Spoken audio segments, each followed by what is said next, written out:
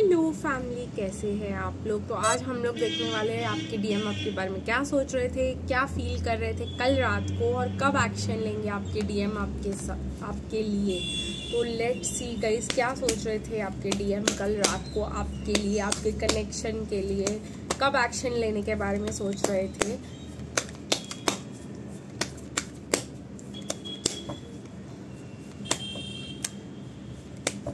काफ़ी ज़्यादा कार्ड्स निकल के आ रहे हैं। लाइक शेयर कमेंट और सब्सक्राइब करना मत भूलिएगा मेरे चैनल को। Let's start the reading. कल रात को आपके डीएम आपके बारे में क्या सोच रहे थे।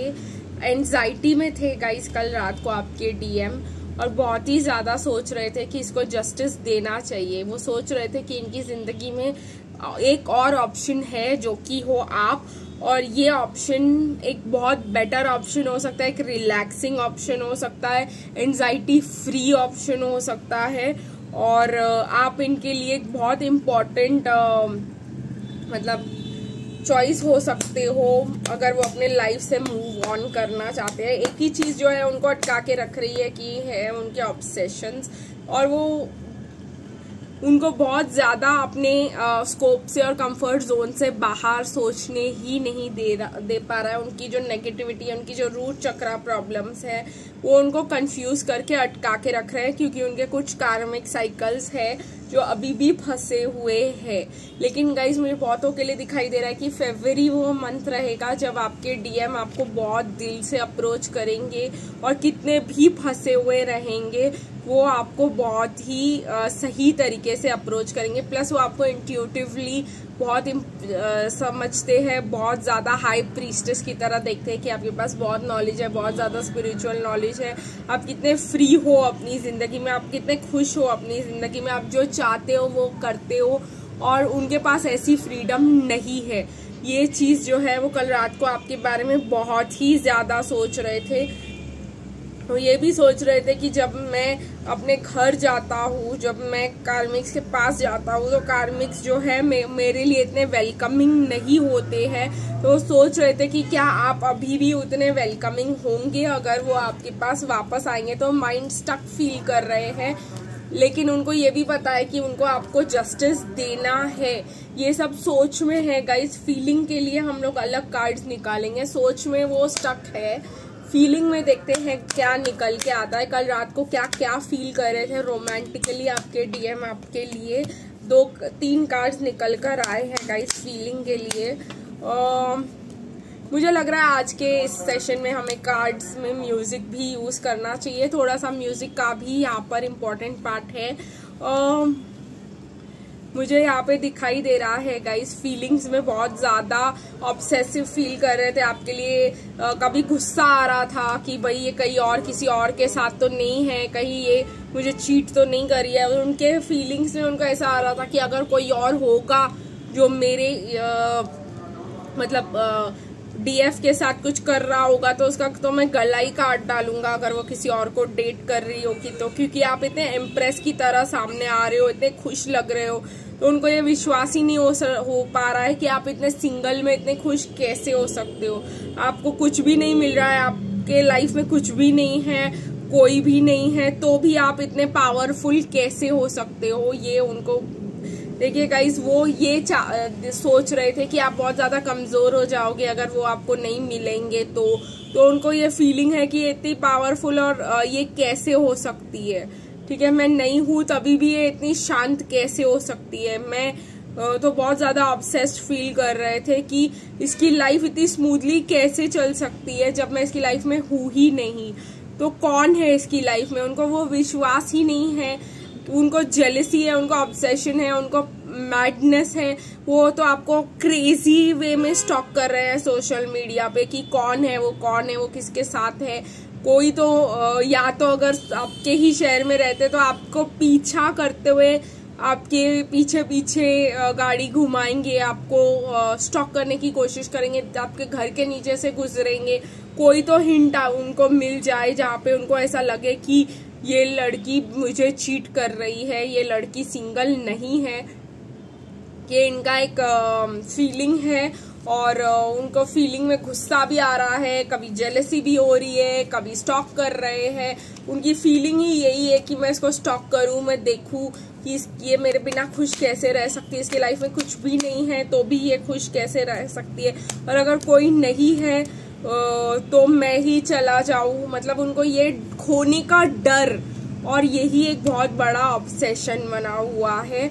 और जैसे मैंने कहा कब तक वापस आएंगे, वो आंसर तो हमको बहुत ही पहले मिल चुका था।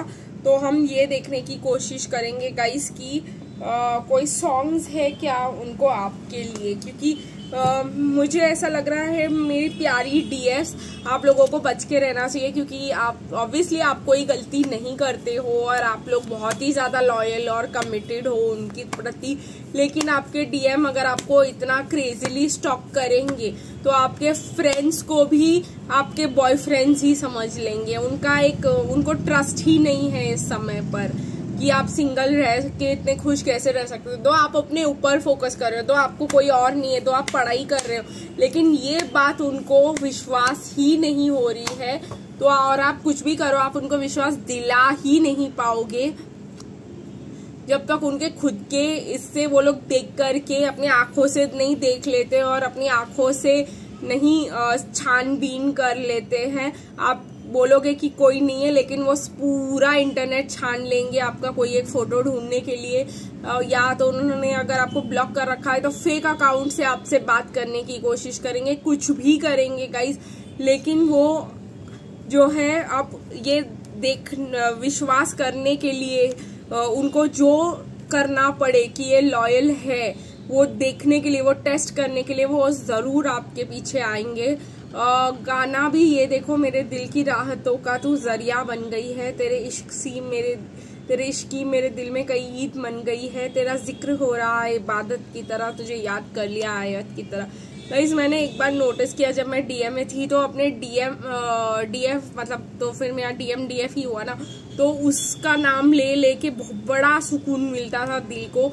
बहुत ज्यादा गुस्सा भी आता था, बहुत ज्यादा चीजें भी होती थी जहाँ पे ऐसा लगता था कि हाय इसने ऐसा सोचा मेरे बारे में, तो वो फ्रस्ट्रेशन भी आता था। लेकिन उसके साथ साथ ये भी आता था कि वो मेरा है। वो कंफर्मेशन जो है जब मुझे ट्विन फ्लेम की मिलती थी अपने फ्रेंड्स के साथ, जब मैं बात करती थी तो वो होता है ना, एक गाना है ना साथिया का, दोस्तों से झूठी मूठी दूसरों का नाम लेके फिर तेरी बातें करना, तो वो बहुत ज्यादा होता था डीएम एनर्जी में। ऑब्सेशन का लेवल ही बहुत होता है। और एक आध बार ऐसे भी हुआ रिसेंटली जिसके वजह से भी मैं ऐसा कह रही हूँ कि मैंने एक बार कहीं लाइव में रीडिंग पूछ लिया। अब मैं उस दिन डीएम एनर्जी में थी तो मेरी फ्रेंड का लाइव चल रहा था, तो मैंने सोचा एक आध क्वेश्चन डाल देती हूँ उधर।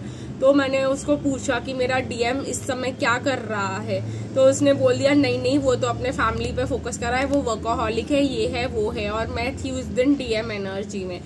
मैं तुरंत, मेरे को ऐसा लगा कि मैं क्यों मतलब यहाँ पे रुकी हुई हूँ उसके लिए, फिर मुझे भी मूव ऑन कर देना चाहिए तुरंत ही। मतलब ऐसे ईगो रिस्पॉन्स ऐसे आया ना, मैं इतना ये होकर एक ट्विन फ्लेम गाइड होकर, जब मेरे साथ ऐसा हो सकता है कुछ समय, आधा एक घंटा मैं उसी एनर्जी में रही, इसी गुस्से में रही, फिर मेरे को अचानक से लगा नहीं ये जो रीडिंग है ये सही नहीं हो सकता है, क्योंकि इसको मेरी पूरी सिचुएशन पता नहीं है। ये मेरी फ्रेंड है ठीक है, ये ट्विन फ्लेम रीडर है ठीक है, ये ट्विन फ्लेम रीडर नहीं है, ये ट्विन फ्लेम गाइड नहीं है, मुझे अपनी ट्विन फ्लेम गाइड से जाकर पूछना चाहिए।